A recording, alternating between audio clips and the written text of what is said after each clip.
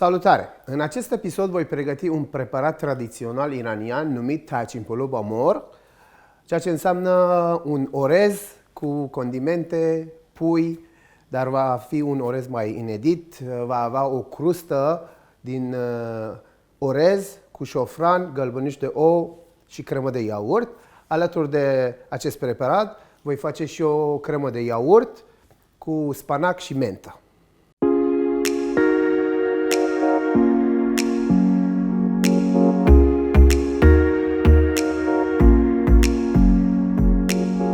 Avem aici cratița în care o să gătim orezul pe care l-am lăsat la muiat de acum câteva ore.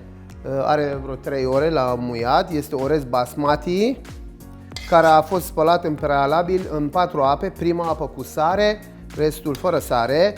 Detalii despre cum facem orezul și cum îl spălăm mai aveți la episodul 6, la puiul cu șofran. Am dat drumul la plită să se încălzească apa, iar aici avem apa rece în care o să fierbem puiul pe care o să folosim în compoziția orezului. Eu am ales pulpe superioare de pui cu piele și os, ca să avem un gust mai plăcut. Puiul adăugăm în apa rece și nu în apă fierbinte, ca să nu se întărească și să nu se contractă carnea, fibra, pentru că de la șocul termic carnea se poate contracta și nu o să mai avem textura care avem nevoie. Iar o să adăugăm și un morcov pentru gust, bineînțeles și o ceapă. Dăm drumul la plită, la foc mediu, adăugăm sare, piper, curcuma,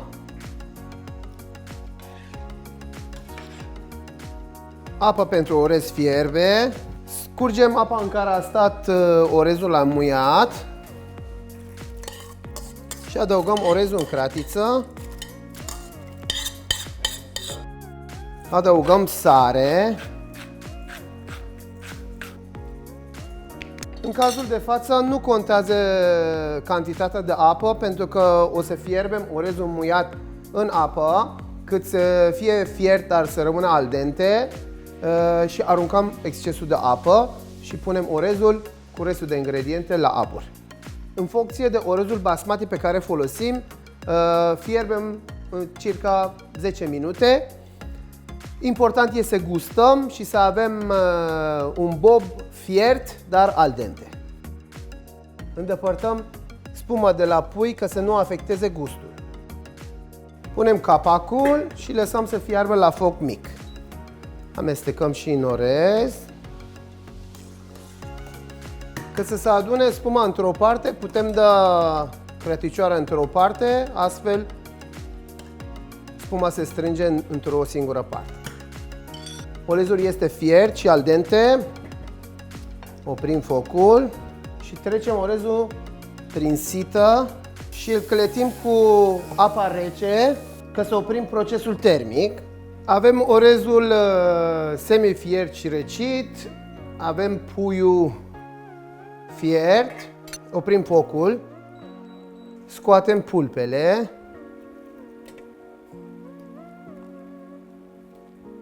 cu zeama în care s-a fiert puiul putem să facem o supă, adăugând pui, sau putem să facem doar cu legume, niciodată nu îi rosim. Lăsăm să se răcească puiul.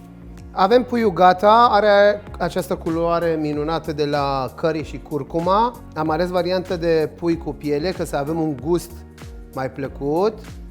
Îndepărtăm eventualele zgârciuri, oase, pielițe. Trebuie să ne asigurăm că nu rămân zgârciuri sau oscioare. Și acum este momentul să facem crusta noastră de orez. Pentru asta avem nevoie de 2 gălbenușuri, cremă de iaurt, șofran dizolvat. Știți că la șofran avem variantă de infuzare cu gheață, adică infuzie rece sau infuzie caldă, despre care am vorbit la episodul cu condimente. Adăugăm și sare și piper Amestecăm ca să obținem o cremă peste care adăugăm un pic de orez. Aceasta va fi crustă și va arata ca un tort, pentru că o să le întoarcem la sfârșit. Pornim plită la foc mediu. Eu folosesc grăsimea animală sau ghee, este grăsime de vacă în loc de ulei. Are un gust mai aparte și se folosește în bucătărie orientală. Amestecăm compoziția noastră cu orez. Deci așa arată orezul nostru cu iaurt, șofran și gălbenuși de ou, bineînțeles, sare și piper. S-a încins crăticioara noastră, facem o încercare să vedem dacă s-a încins cât trebuie. Sfărăie, înseamnă că e tot ok.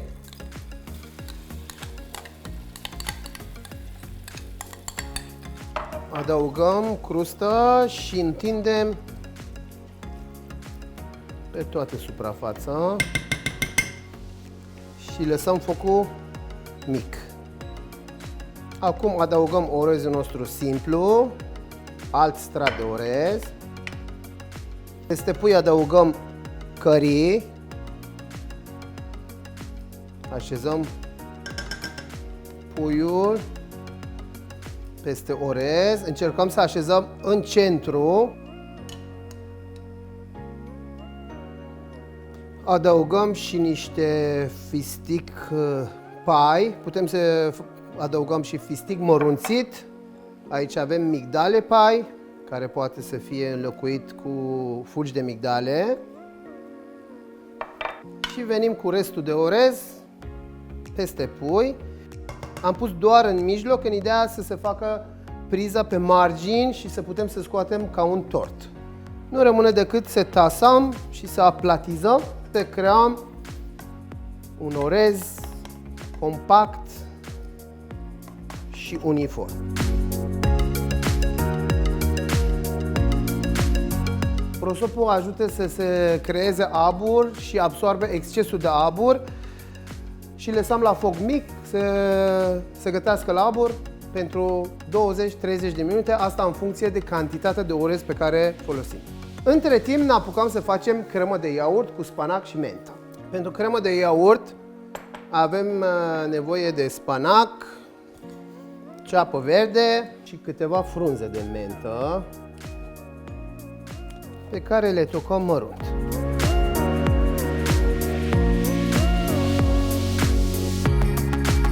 Iar aici avem spanacul pe care tocăm mărunt.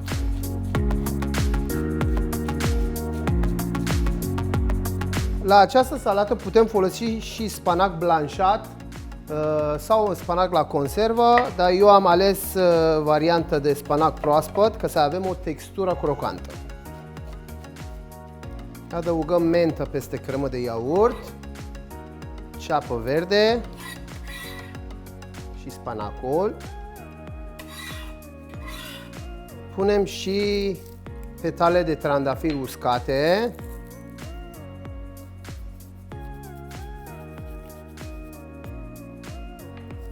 Bineînțeles, sare și piper.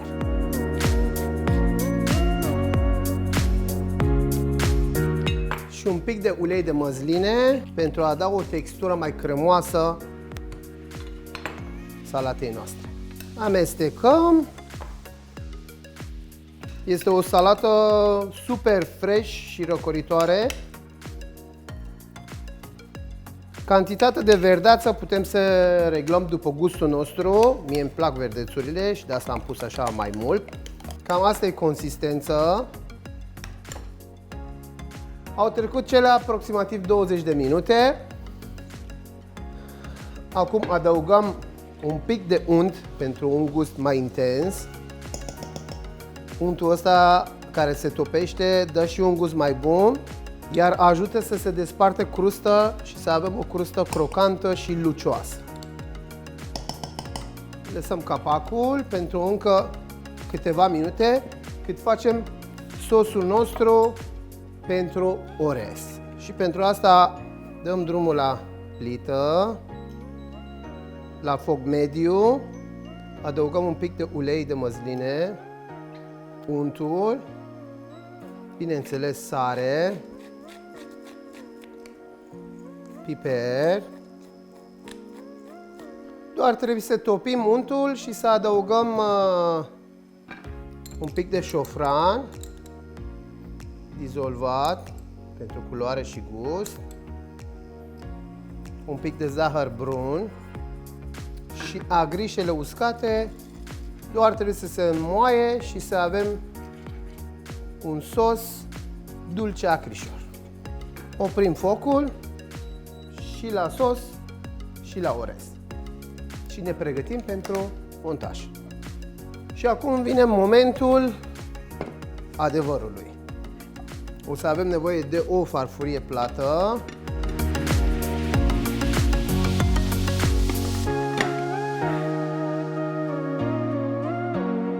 Miroase senzațional a șofran. Încă o dată îmi pare rău că nu pot să vă transmit și mirosul.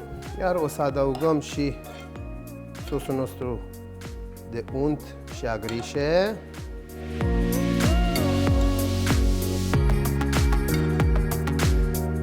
Fistic pie, migdale pie.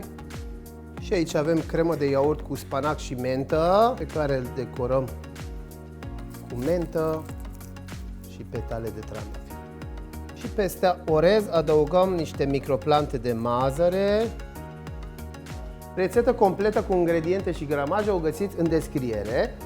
Iar acum vine momentul în care tăiem, ca să și gustăm. Avem o crustă crocantă. Iar hai să vedem cum arată în mijloc.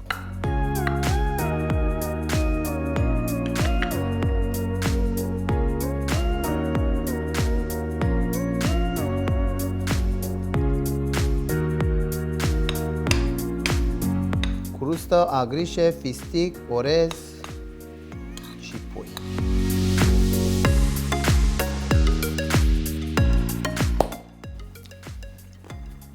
Nu-i bun. Nu. Să nu ne certăm la sfârșit asta. Aceasta este o rețetă tradițională iraniană care mi-aduce aminte de copilăria petrecută în Iran. Să-mi scrieți cum v-a ieșit, dacă v-a plăcut sau dacă nu v-a plăcut și nu uitați de like, share, subscribe și să activați clopoțelul.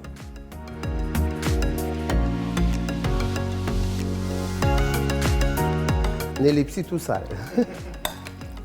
Și acum e atunci.